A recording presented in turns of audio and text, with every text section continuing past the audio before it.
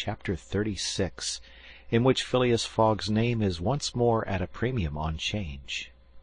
It is time to relate what a change took place in English public opinion when it transpired that the real bank robber, a certain James Strand, had been arrested on the 17th day of December at Edinburgh. 3 days before, Phileas Fogg had been a criminal, who was being desperately followed up by the police. Now he was an honourable gentleman, mathematically pursuing his eccentric journey round the world. The papers resumed their discussion about the wager. All those who had laid bets for or against him revived their interest, as if by magic. The Phileas Fogg bonds again became negotiable, and many new wagers were made. Phileas Fogg's name was once more at a premium on 'Change. His 5 friends of the Reform Club passed these 3 days in a state of feverish suspense. Would Phileas Fogg, whom they had forgotten, reappear before their eyes? Where was he at this moment? The 17th of December, the day of James Strand's arrest, was the 76th since Phileas Fogg's departure, and no news of him had been received. Was he dead? Had he abandoned the effort, or was he continuing his journey along the route agreed upon? And would he appear on Saturday, the 21st of December, at 9:15 in the evening, on the threshold of the Reform Club saloon? The anxiety in which, for 3 days, London society existed cannot be described. Telegrams were sent to America and Asia for news of Phileas Fogg. Messengers were dispatched to the house in Savile Row, morning and evening. No news. The police were ignorant what had become of the detective, Fix, who had so unfortunately followed up a false scent. Bets increased, nevertheless, in number and value.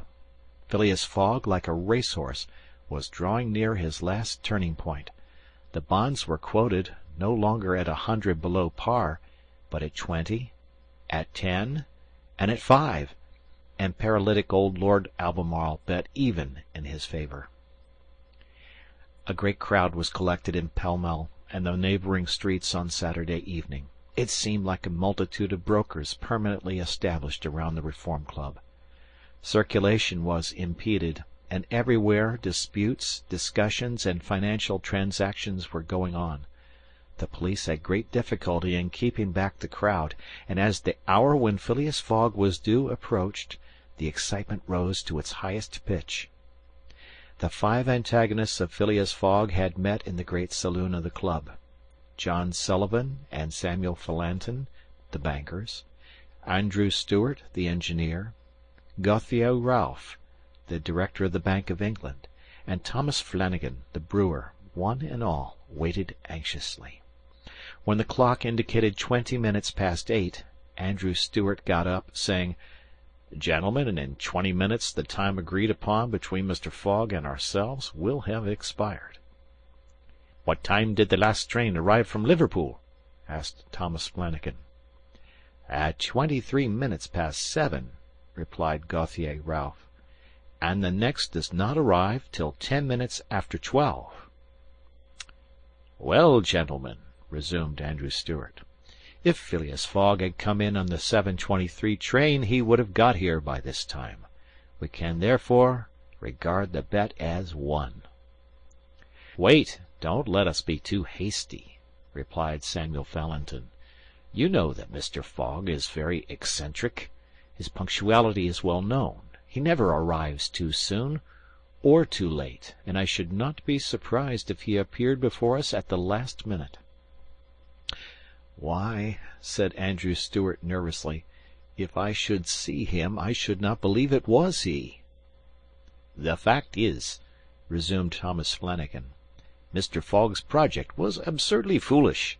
Whatever his punctuality, he could not prevent the delays which were certain to occur, and a delay of only 2 or 3 days would be fatal to his tour." "Observe, too," added John Sullivan, "that we have received no intelligence from him, though there are telegraphic lines all along his route." "He has lost, gentlemen," said Andrew Stuart. "He has 100 times lost. You know, besides, that the China, the only steamer he could have taken from New York to get here in time, arrived yesterday. I have seen a list of the passengers, and the name of Phileas Fogg is not among them. Even if we admit that fortune has favoured him, he can scarcely have reached America. I think he will be at least 20 days behindhand, and that Lord Albemarle will lose a cool 5,000.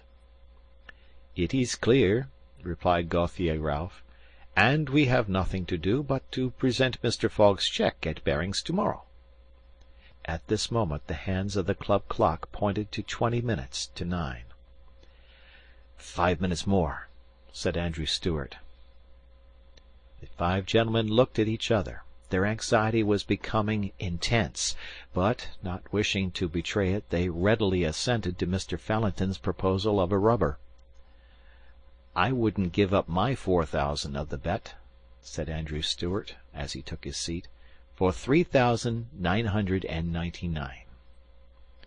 The clock indicated 18 minutes to 9. The players took up their cards, but could not keep their eyes off the clock. Certainly, however secure they felt, minutes had never seemed so long to them. 17 minutes to 9, said Thomas Flanagan, as he cut the cards which Ralph handed to him. Then there was a moment of silence. The great saloon was perfectly quiet, but the murmurs of the crowd outside were heard, with now and then a shrill cry. The pendulum beat the seconds, which each player eagerly counted as he listened with mathematical regularity. 16 minutes to 9, said John Sullivan, in a voice which betrayed his emotion. 1 minute more, and the wager would be won. Andrew Stuart and his partners suspended their game. They left their cards and counted the seconds. At the 40th second, nothing. At the 50th, still nothing. At the 55th, a loud cry was heard in the street, followed by applause, hurrahs, and some fierce growls. The players arose from their seats. At the 57th second the door of the saloon opened, and the pendulum had not beat the 60th second when Phileas Fogg appeared, followed by an excited crowd who had forced their way through the club doors, and in his calm voice said, "Here I am, gentlemen.